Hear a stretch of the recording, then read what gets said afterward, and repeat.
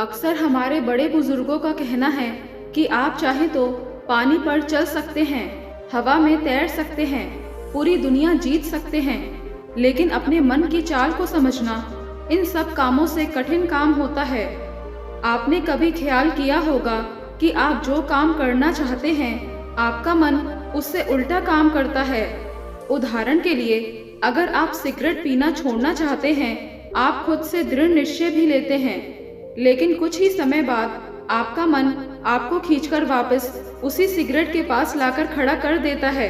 और ये बात सिर्फ सिगरेट पर लागू नहीं होती। हमारे जीवन में, हम सबके जीवन में बहुत सारे ऐसे काम होते हैं, ऐसी आदतें होती हैं जिन्हें हम छोड़ना चाहते हैं, लेकिन हम चाहकर भी उन आदतों को छोड़ नहीं पाते हैं। लेकिन अगर हम प्रयास करके अपने मन के दृष्टा बन जाते हैं, उसके साक्षी बन जाते हैं, तो हम अपनी मन की चाल को पकड़ सकते हैं। और अगर एक बार हमें अपनी मन की चाल पकड़ में आ जाए, तो फिर हम कोई भी आदत छोड़ सकते हैं या फिर इसके उलट कोई भी आदत अपना सकते हैं, जैसे कि ब्रह्म मुहूर्त में उठने की आदत, या फिर कोई भी ऐसा काम जिसे करने में हमें आलस्य आता है, क्योंकि हमारी आदतों के पीछे मूलभूत बिंदु हमारा मन ही होता है और हम उसे ही नज़रअंदाज करके चलते रहते हैं और बाद में पछताने के सिवाय हमारे पास कोई और चारा नहीं बचता। आज की जो बौद्ध कहानी मैं आपको सुनाने जा रही हूँ, उसमें आपको कुछ ऐसे तरीके पता चलेंगे जिससे कि आप अपने मन की चाल को भली भांति पकड़ सकते हैं, उसको जान सकते हैं, उसका निरीक्षण कर सकते हैं और उसके बाद अपनी आदतों में बदलाव कर सकते हैं। एक बार एक वाचाल शिष्य एक गुरु के आश्रम में शिक्षा ग्रहण करने के लिए आया हुआ था। वो शिष्य अपने गुरु की बात कम सुनता था, लेकिन अपनी बात बताने में वो बहुत उत्सुक रहता था। एक दिन गुरु ध्यान पर चर्चा कर रहे थे। ध्यान किस प्रकार किया जाता है और ध्यान का क्या महत्व होता है, इसी पर चर्चा चल रही थी। आश्रम के सभी शिष्य मौन होकर अपने गुरु की बात सुन रहे थे। गुरु उनको समझा रहे थे कि आप किसी भी प्रकार का ध्यान करते हो, लेकिन ध्यान की गहराइयों में जाने के लिए आपको अपने मन के अंदर प्रेम जागृत करना होगा। ध्यान करते समय आपको निरंतर अपने मन का निरीक्षण करना होगा कि आपके मन के अंदर किस प्रकार के विचार आते हैं। गुरु अपनी बात पूरी कर पाते इससे पहले ही वो वाचाल शिष्य बीच में ही बोल उठता है। उसने कहा, गुरुजी, मैं बहुत दिनों से अपने मन का निरीक्षण कर रहा हूँ। मैं हर आने जाने वाले विचार को बड़ी गहराई से देखता हूँ, समझता हूँ, लेकिन उसके बावजूद मेरे मन की आदतों में कुछ बदलाव नहीं आ रहा है। मैं अक्सर सुबह देरी से उठता हूँ और रोज रात को मैं यही सोचकर सोता हूँ कि मैं सुबह जल्दी उठूंगा, जल्दी उठकर ध्यान करूंगा, अपने मन का निरीक्षण करूंगा, लेकिन मैं ये कर नहीं पाता हूँ। मैंने अपने साथी शिष्यों से भी इस बारे में चर्चा की, लेकिन उनके पास भी उसका कोई जवाब नहीं था। इस आश्रम में कोई एक दूसरे से बात ही नहीं करना चाहता। सब लोग चुपचाप रहते हैं, कोई चर्चा नहीं होती। ऐसे हम अपने मन को कैसे समझ पाएंगे, उसका निरीक्षण कैसे कर पाएंगे? जब तक हम अपने मन के विचारों का, अपने मन की आदतों का एक दूसरे के सामने जिक्र नहीं करेंगे, उसकी चर्चा नहीं करेंगे, उस पर बहस नहीं करेंगे, तब तक हम चुप रहकर अपने मन को कैसे समझ पाएंगे? कृपया करके इन सभी शिष्यों को समझाने की कृपा करें कि कम से कम एक दूसरे से अपने मन की बात साझा तो करें। उनके मन में क्या विचार चलते हैं, ध्यान में उनके अंदर क्या बदलाव आता है, वो क्या महसूस करते हैं। ध्यान करते वक्त कम से कम आश्रम में इन बातों की तो चर्चा होनी चाहिए। गुरु ने उस वाचाल शिष्य से पूछा कि तुम दूसरों के मन की बात क्यों जानना चाहते हो? उससे तुम्हारा क्या फायदा होगा? क्या तुम्हें आत्मनिरीक्षण करने के लिए दूसरे के मन के विचार को जानना जरूरी है? उनके मन में क्या चलता है, इससे तुम्हारा क्या फायदा होगा? क्या तुम मुझे इस बात का उत्तर दे सकते हो? वाचाल शिष्य ने अपने गुरु से इस प्रकार के उत्तर की अपेक्षा नहीं की थी। उसने सोचा कि बात तो गुरुजी ठीक ही कह रहे हैं, इससे मेरा क्या फायदा होगा? अगर मैं दूसरों के मन की बात जान भी लूंगा या फिर दूसरों के सामने अपने मन की बात बता भी दूंगा, तो इससे मेरा क्या फायदा होगा? क्या मैं अपने मन को समझ पाऊंगा? वाचाल शिष्य अपने ही द्वारा किए गए प्रश्नों में उलझ चुका था। उसके पास इसका कोई उत्तर नहीं था, लेकिन फिर भी उसने दूसरे शिष्यों के सामने अपने बात को ऊंचा दिखाने के लिए गुरुजी से कहा कि गुरुजी, अगर हमें ये पता चल जाएगा कि दूसरे के मन में क्या विचार चलते हैं और उन विचारों का वो ध्यान में जाकर किस प्रकार निरीक्षण करते हैं, तो इससे हमें भी ध्यान लगाने में आसानी होगी। हम भी अपने ध्यान में उसी प्रकार अपने विचारों का निरीक्षण कर पाएंगे, अपने मन को समझ पाएंगे। क्या आपको नहीं लगता कि गहरा ध्यान लगाने के लिए किन बातों का ध्यान रखा जाए, किस प्रकार अपने मन का निरीक्षण किया जाए? इस बात की चर्चा करने से दूसरे शिष्यों का भी भला हो सकता है।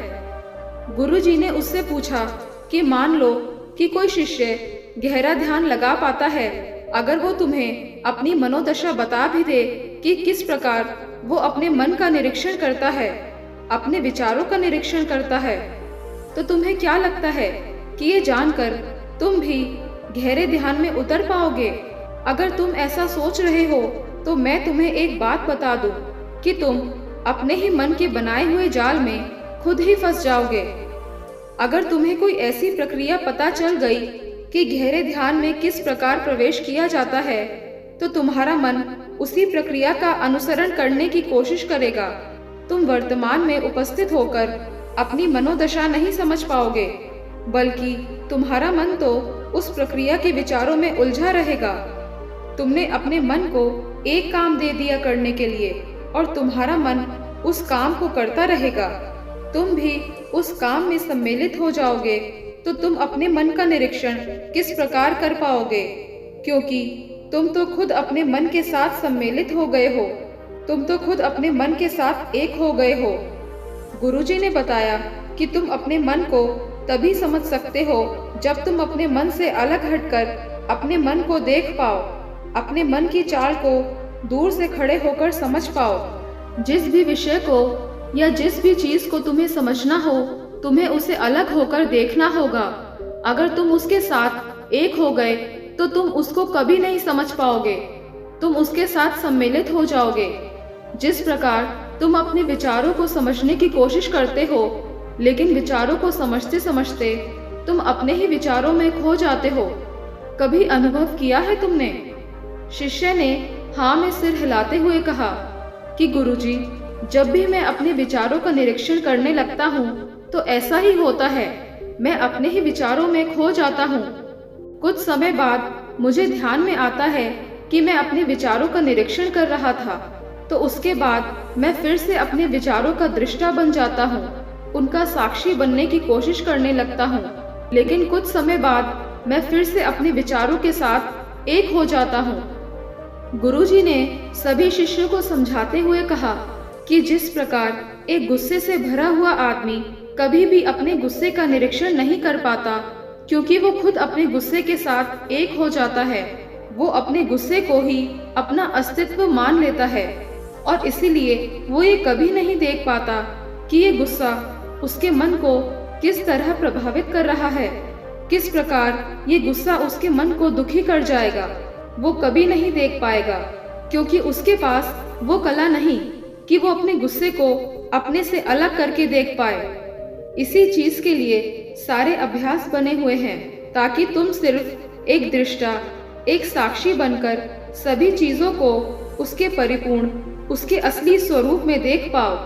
और जब तुम सभी चीजों का, सभी विचारों का असली स्वरूप देख लेते हो, तब तुम्हें उसकी अनित्यता पता चलती है।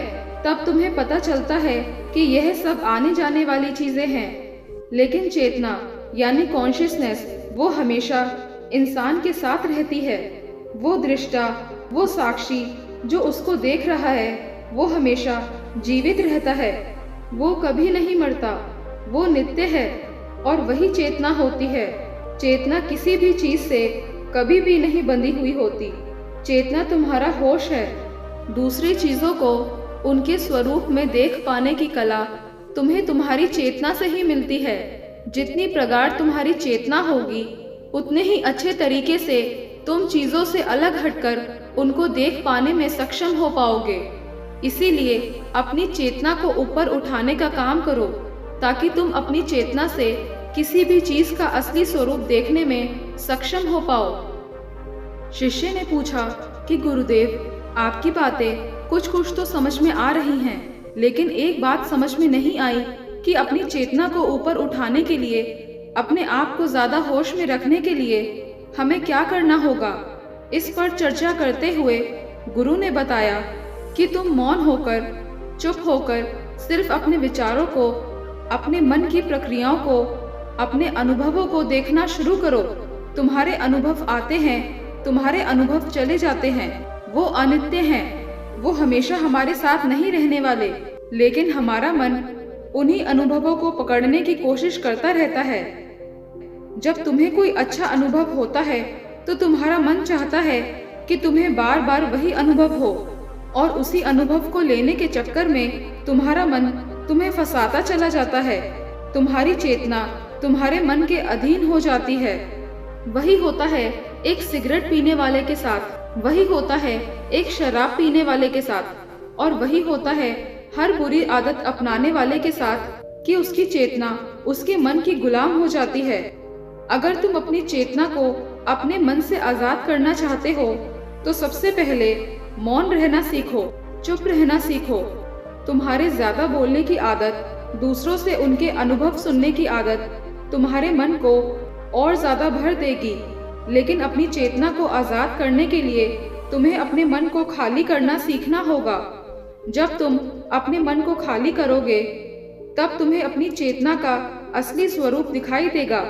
तब तुम्हें पता चलेगा कि मौन रहकर, चुप रहकर अपनी चेतना को कैसे ऊपर उठाएं, कैसे हमेशा चैतन्य रहा जाए। चैतन्य रहना ही हमारा असली स्वरूप होता है, लेकिन हम उसे भूल चुके हैं अपने मन के अधीन होकर। इसीलिए अपनी चेतना को अपने मन से छुटकारा दिलाना होगा। इसके लिए तुम चुप रहकर अपने मन के विचारों को देखना शुरू करो, उसके अनुभवों को महसूस करना शुरू करो। जब तुम अपने मन के साक्षी हो जाते हो, अपने मन के दृष्टा हो जाते हो, उसे देखने वाले हो जाते हो, तब तुम्हें पता चलता है कि तुम्हारे मन से एक विचार जाता है तो दूसरा आ जाता है, दूसरा जाता है तो तीसरा आ जाता है। और इस प्रकार जिस तरह सड़क पर भीड़ चल रही होती है, लोगों का हुजूम चल रहा होता है, एक आदमी जाता है तो दूसरा आता है, दूसरा जाता है तो तीसरा आता है। उसी प्रकार हमारे मन की भूमि में अनेकों अनेक विचार आते और जाते रहते हैं, लेकिन धीरे धीरे हम उनसे जुड़ते नहीं हैं, उनके साथ बहने नहीं लग जाते, उनके साथ खो नहीं जाते, बल्कि उनके साक्षी होकर बस देखते रहते हैं। और देखते देखते धीरे धीरे वो सभी विचार विलीन होने लगते हैं, और उसके बाद हमारे मन की भूमि पूरी तरह से खाली हो जाती है। और अब हमें पहली बार अपने चैतन्य होने का पता चलता है। हमें पता चलता है कि हमारी चेतना ही हमारा असली आनंद है, वही हमारा स्वरूप है, और उसके लिए अपने मन की भूमि से खरपतवार हटानी जरूरी होती है। उसके लिए मेहनत नहीं करनी, बस उन विचारों को देखते रहना है। एक विचार जाता है तो दूसरा आता है, दूसरा जाता है तो तीसरा आता है। बस देखते रहो, देखते रहो, साक्षी बने रहो, दृष्टा बने रहो, और देखते देखते वो विचार विलीन हो जाते हैं। लेकिन इसके लिए तुम्हें चुप रहकर अभ्यास करना होगा, चुप रहकर अपने विचारों का आत्मनिरीक्षण करना होगा, अपने मन की भावनाओं को समझना होगा। कब तुम्हें गुस्सा आता है, कब तुम्हें खुशी होती है, उसे अलग खड़े होकर देखना होगा। जब भी हमें गुस्सा आता है या खुशी होती है या किसी से घृणा होती है, तो हम तत्क्षण उत्तेजित हो जाते हैं, और उत्तेजना की वजह से ही हम उन भावनाओं को अलग होकर देख नहीं पाते हैं। लेकिन अगर हम उत्तेजित ना हो, शांत रहें, शिथिल रहें, तो हम अपने मन की भावनाओं को समझ सकते हैं, उनको जान सकते हैं। और जब हम अपने मन की भावनाओं को जानने लगते हैं, तब हमें पता चलता है कि कोई भी भाव हमेशा नहीं रहता। एक भाव जाता है तो दूसरा चला आता है। खुशी हमेशा नहीं रहती, दुख हमेशा नहीं रहता, गुस्सा हमेशा नहीं आता, घृणा हमेशा नहीं होती। जब इन बातों को हम समझने लगते हैं तो ये सारे भाव हमारे अंदर ही विलीन होने लगते हैं और सिर्फ एक प्रेम, एक आनंद हमारे अंदर बच जाता है। उसे ही हम परमानंद कहते हैं और वही हमारा असली स्वरूप होता है। इसीलिए अपने मन की चाल में तुम खुद मत फंस जाना। अपने मन की चाल को दूर खड़े होकर बस देखते रहना और देखते देखते वो चाल तुम्हारा मन पूरी तरह से विलीन हो जाएगा। और जब कोई मन नहीं बचेगा, तभी हम हर चीज में अपना मन लगा सकते हैं, हर काम को पूरे ध्यान पूर्वक कर सकते हैं। असल में मन का विलीन होना ही ध्यान में प्रवेश होता है।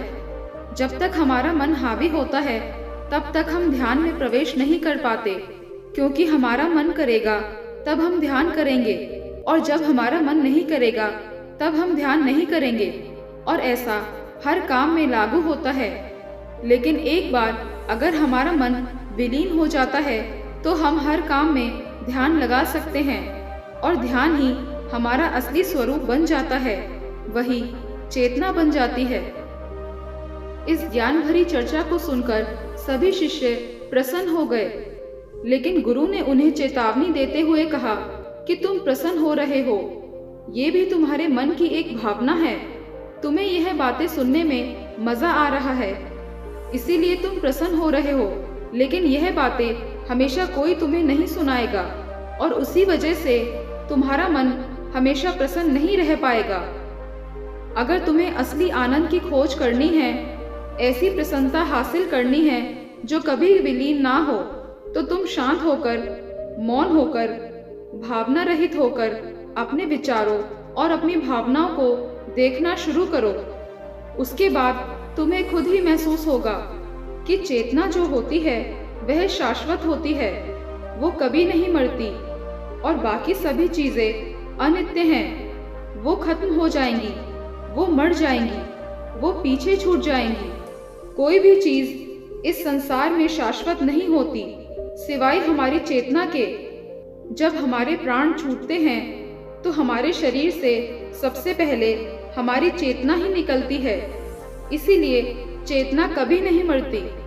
गुरु ने सभी को निर्देश देते हुए कहा कि आज हम मौन रहकर अपने मन के विचारों और उनकी भावनाओं पर ध्यान लगाएंगे, लेकिन उसके साथ सम्मिलित नहीं होंगे, बस उसे दूर से खड़े होकर देखते रहेंगे। थोड़ा कठिन है, लेकिन अभ्यास करने से तुम इसमें पारंगत हो जाओगे।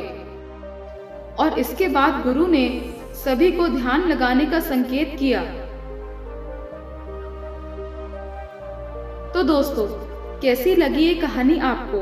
कमेंट सेक्शन में जरूर बताना, और अगर अच्छी लगी हो तो इस चैनल को सब्सक्राइब करके नोटिफिकेशन बेल को जरूर प्रेस कर देना। तो मिलते हैं किसी अगली कहानी में, तब तक के लिए अपना ख्याल रखें।